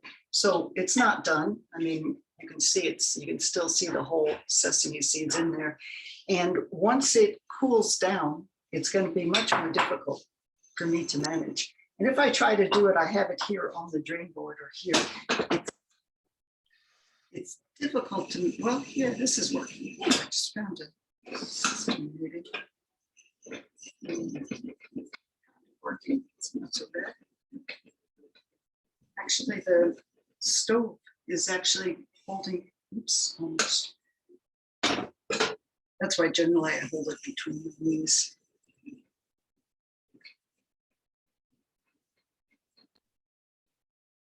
No, it's not ideal. I have sesame seeds on my stove. So I'm going to leave it like this. Just going to taste it. Delicious. Oh my God. And hopefully I'll still be able to grind it after I say goodnight to you guys. Last dish then, actually we also want to make rice balls if we can manage that. And the UmeShoKuzu is a quick one. Yeah, this is what we did.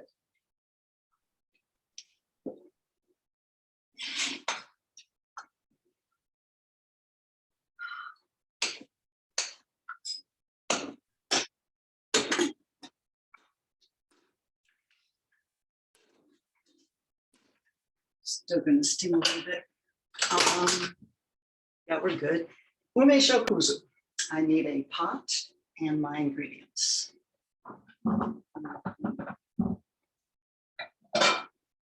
So even a smaller pot would be even better. Never mind. You know what? I think it would be better. Let's just. So, 1 cup of water.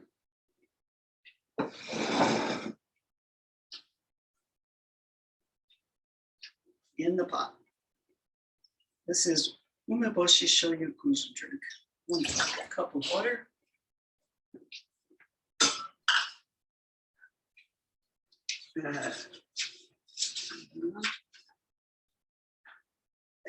A heaping teaspoon of kuzu. So teaspoon is this one. And kuzu is this one.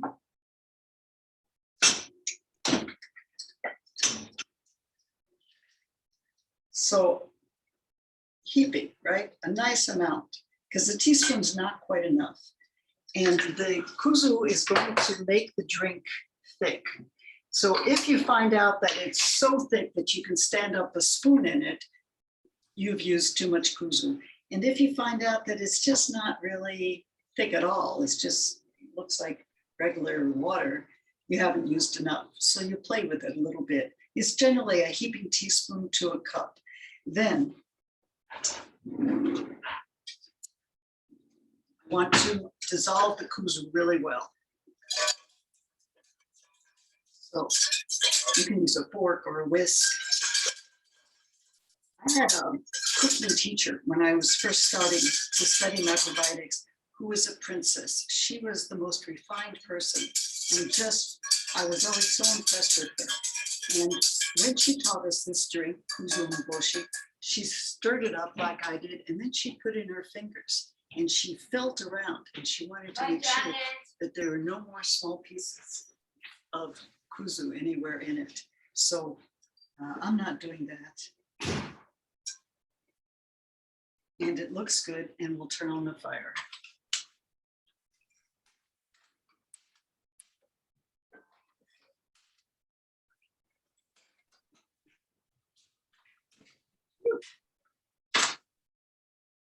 And in the amount of time that this 1 cup comes to boil, it'll be done. So I will continue to stir with my whisk or spoon, or whatever I have. If I don't stir it, it's going to get lumps, and that's no good.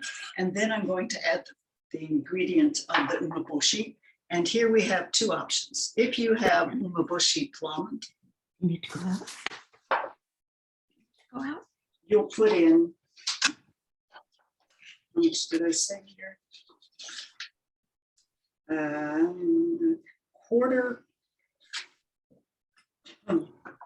teaspoon. So quarter teaspoon, where's my teaspoon? So a quarter teaspoon or so, okay, of the umeboshi paste. Put it in, keep stirring. Do not stir, stir. If you are using the plum, which is also a fine possibility, instead of that, you're going to use a quarter plum. So you take the plum and you take off a quarter of it, put that in the pot. Okay, so that was quarter total because I had two small pieces. And the only difference is that if I'm using the plum, then I'm going to use soy sauce. Okay, and I'll put in not very much. Okay, I put in about 5-6 drops and keep stirring.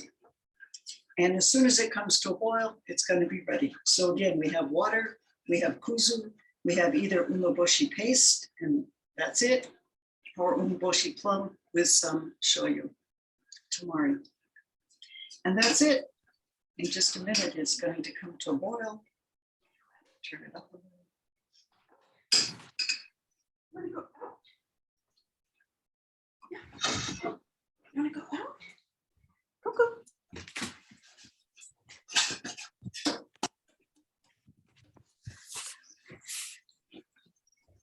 And you'll see if you like this.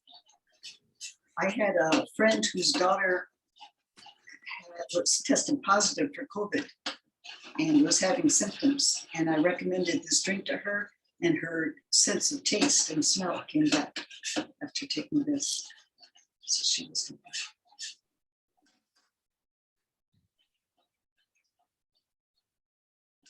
Okay, so you can see that it's getting thick. If you find out that it's not enough, don't add the kuzu to the hot liquid because it'll just lump up. Dissolve the kuzu in just a little bit of water, a couple tablespoons, and add that to the drink. Okay, so this is starting to boil, so it's done. So we've got our kuzu umeboshi drink. Mine came out a little bit too liquidy. I think that I could have used a little bit more kuzu.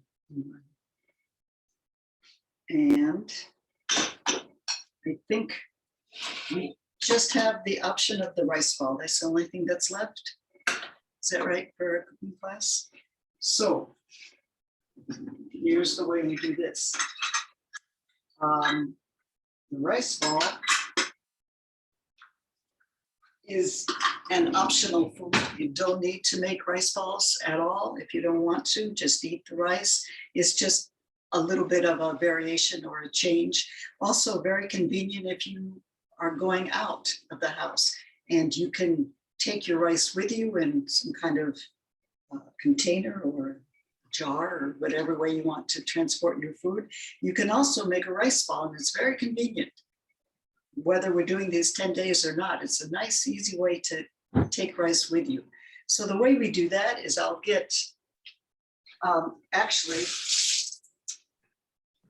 I like to measure my rice because for me personally, it works for what I need. You don't need to do that. If you don't want to measure how much rice you're eating, you don't need to. For me, I like to know what I'm eating. So I have half a cup of rice and nori with nori seaweed. I'm sure you've all had sushi, but sometimes this is nori seaweed that wraps around the outside of the sushi. So it's called nori, N-O-R-I, right? So we're going to take one. It comes like this in sheets. And this one is pre-toasted. It says here, chef's quality toasted nori. You can buy it toasted or not toasted. If you buy not toasted, then you easily toast it. And here's the way you do that. You, on an open flame, not too high, you take the sheet of untoasted nori and just wave it over the top of the flame. And you'll see very quickly it's going to turn from greenish color when it's not toasted to black, the way that mine is now. But mine's already toasted. So chit chop, 1, 2, 3, and you'll see the whole thing starts turning black and it'll be done. If your nori is a little bit old, let's say you left the package open or whatever, and it's kind of, you know, not very fresh, you can do the same thing, even if it's already toasted, to make it crisper and to make it kind of fresher. So we take nori, the sheet, and we fold it rather carefully in half. Okay. And sometimes it cuts by itself, cut it. And we've got one side which is shiny and one side which is more not shiny. What's the opposite of shiny? Okay, shiny. It's not real important. It's the shiny is prettier if you want to put it on the outside. It's not super important. And again, I folded it in half and now I'm going to do it in quarters. If it's really crisp and fresh, it will probably cut by itself. If not, so for each rice ball, I take 2 quarters, okay? 2 quarter pieces. And if you're being careful, you can put the rough side up and wet your hands and squeeze. Okay, so I'm really making this more yang. The pressure, the squeezing is making my delicious rice even more yang. So some people like to make it into a ball. Some people like to make it into a triangle. Our Japanese macrobiotic cooks are so refined. And I'm gonna put my thumb or finger into it, make a hole there, and I'm going to put a little piece of umeboshi or a little piece of umeboshi paste, either one, doesn't make any difference, inside. Okay, and then close up the hole. And at this point, when I close up the hole, I've made it into a more flat. It's not really a ball anymore. It's flatter and like a disc. Put it in the middle of my quarter sheet of nori. And the secret here is you need wet hands and you don't want sopping wet hands. So here's the way it works. Very interesting to do this. So I take my bottom sheet of nori and close it around. Nori is, all seaweeds are yang. And also if you ever like cut yourself or are bleeding or something, you can take just a tiny piece of nori and just lay it on top of where it's bleeding, and it's so yang, it's gonna stop the bleeding. So we always used to carry this in our first aid kit. Matter of fact, this was our first aid kit. So we've got the bottom side, and then again, I put the rough side down if you want to do that, and kind of match it up so that it's going to completely cover up. And my hands need to be a little bit wetter. Again, has to find that balance. And the moisture just seals the nori right up. And voila, we have a beautiful rice ball. And because of the umeboshi in there, and because there's no air getting to the rice, it's completely encased. Let's say if I were to do this and I said, oh, I have this little place here where I didn't put the nori or something, just tear off. Just take the nori, tear off a little piece of it and patch it to wherever it is that you didn't put the nori or something. So when it's completely encased like this in the nori with the umeboshi inside, it will really preserve for even several days. You can definitely eat this the next day if you want to, and sometimes even the day after that. If you're going, Ohsawa went on boat voyages, and he would take a quantity, I don't know how much, of these rice balls, and he had it every day to chew and eat and to enjoy. So if I go out tomorrow, let's say I could take this one with me, or whenever it is. So how are we doing? Did I forget anything?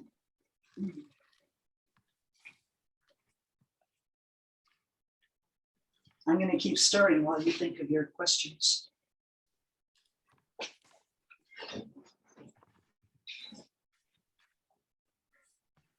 I'm a bit concerned about the water intake. I usually drink a lot of water. And Well, I think I'll tell you what will really help with that is chewing, because we've cooked the rice in water. So it contains a lot of water in it.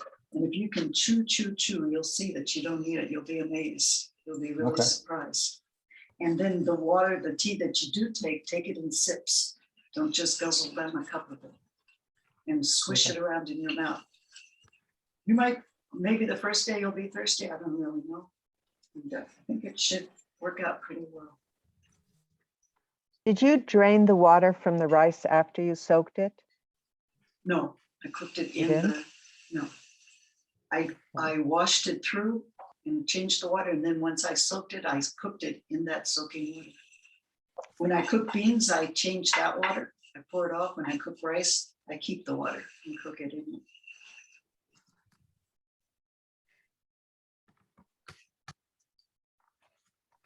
Can you eat the pickles every day, every time you eat the rice?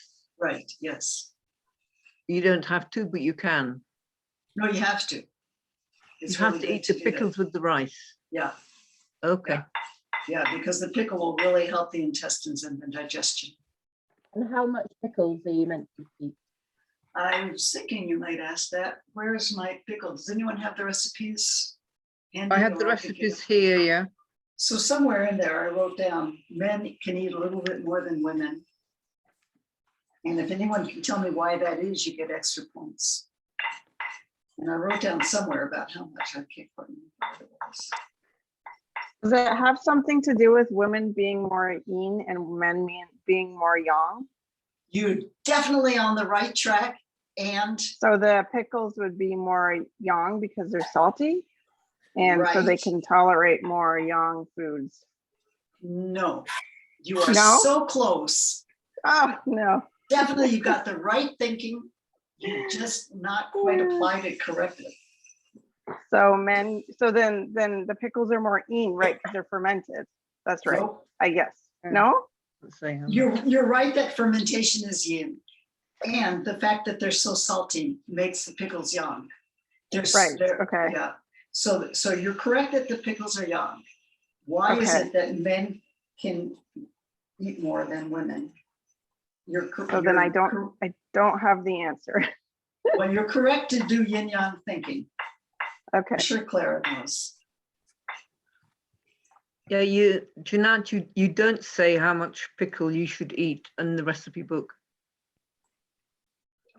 The sentence right before where I say men can eat more, I didn't write that down. And then you have under the notes, you have the tamari pickles, and then you have notes, but then it doesn't say how much you should eat. Did you find the sentence where I say men can eat a little bit more? That's for Gomasio, no? Wait, Just hold a on. second. I'll get it. Let me look.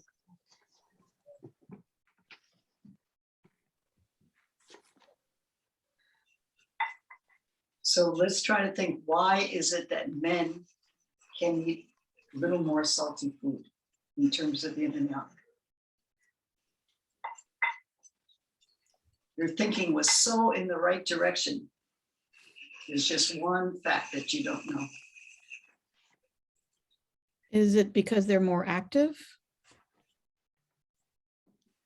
What is the reason they're more active?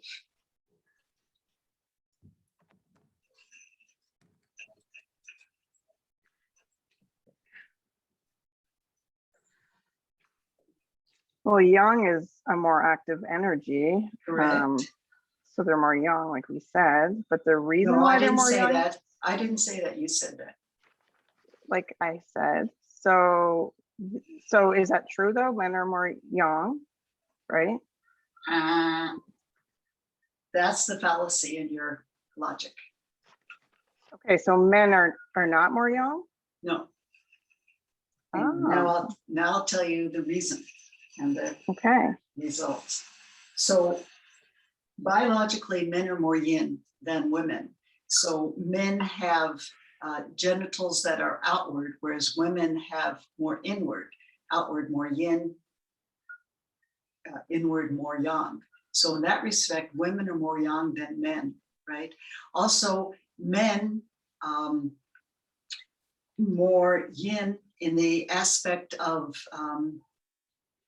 let's see, how can we say? Well, let's take that one, just that one, okay, about the physical manifestation of the body. Let me think if there were other ones similar to that.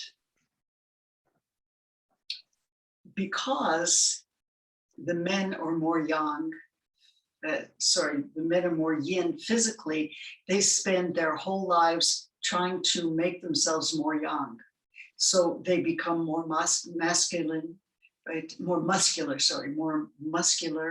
They look for all different ways to become more yang. So men enjoy working out, they become more physical, they have short hair.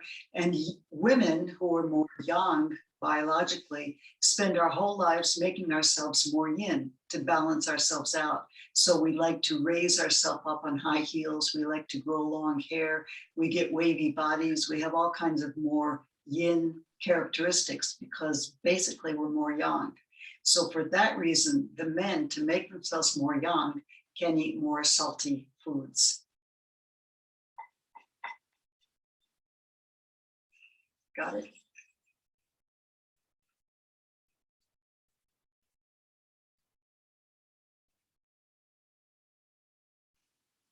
So I think that we're done.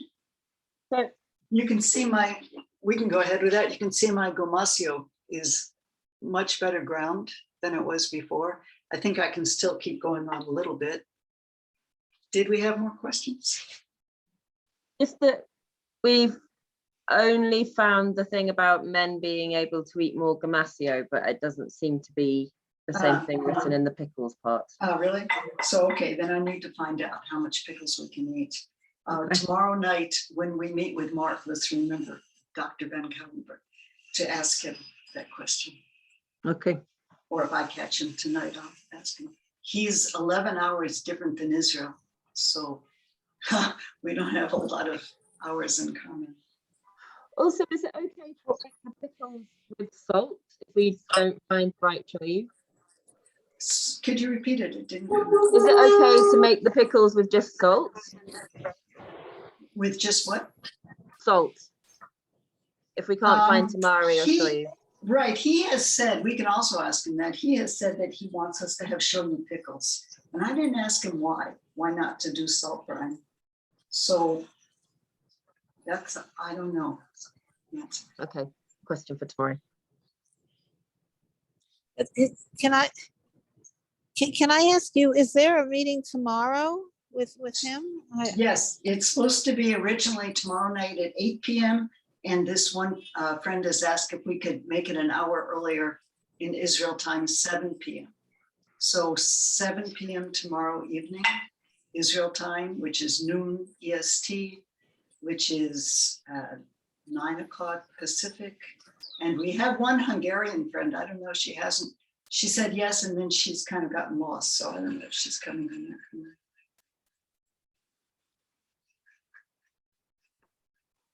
have a question about cooking the rice. Does it matter if we cook it in a Danabe pot or an Ohsawa pot? Yes, that's wonderful. You can do that. I didn't mention that because I thought it was kind of TMI. But Okay. if the rest of you would like to know what that is, or it's a clay or a ceramic pot that fits inside a pressure cooker. And I figured if you didn't have it, there's no use teaching how to use it. So I didn't mention that. That would be fine. You can also steam rice, by the way, is another way that I've never tried, to put rice in a steamer basket and close the lid of the pot and steam the rice. So that might be delicious and also give more water content for Gabrielle. Is it Just best to never cook? tried it. Sorry. Is it best to cook the rice every day, fresh every day? Well, I'll tell you, if it's convenient and easy for you to do that and you enjoy, etc., it's great because it's so delicious and tasty. If you have other things to do in your life and don't want to do it every day, cook enough for 2 days or even 3 days. I wouldn't do more than that. And then we need to make sure we've heated it properly, or? I think even for 3 days, you can still get away with keeping it outside of the refrigerator, unless you live somewhere where it's really hot. And then you could just eat it room temperature, or you could put it in a steamer basket. Or we're not using oil, so you're not going to stir fry it. So what other ways of heating are there? This is pretty nicely done. Can you see? So I'm going to put this in a jar to keep it fresh. And that's it. I'm going to clean up. If you guys want to hang around, if you have questions, other things to say. Otherwise, I will say good evening. Are you putting your Gomasio in the fridge? No reason to do that. Salt and The sesame oil. seeds. Not the No, oil? it's no need. No, because it's so immersed or whatever, embedded with the salt. No, I never do that. Okay, Jonathan, I'm going to go. I'm going to leave. Thank you very much. That was So we'll great. see you tomorrow night. I appreciate you coming. Okay. And Can I- questions, whatever, put it in the WhatsApp. Yeah. Can I just ask you, the liquid that you use when you're making the pickles, you said it's not salt brine? It's not salt? Correct. And water? It's not salt brine. In this case, it's diluted tamari. Like diluted? How diluted is it? 1/3 to 2/3. 1/3 shoyu or tamari to 2/3 water. Okay, thank you. 1/3 so cup much. of each. Okay, Thank you so much. great. Very good. I'm gonna stop the recording. Hello. And we can keep chatting if you want to. Do you want any did tips record. about when you stir? Hold with on just a moment. Hold on. Oh, Let me okay. stop the Oh, you're still recording. recording. I'm sorry. Yeah, that's okay. Bye-bye.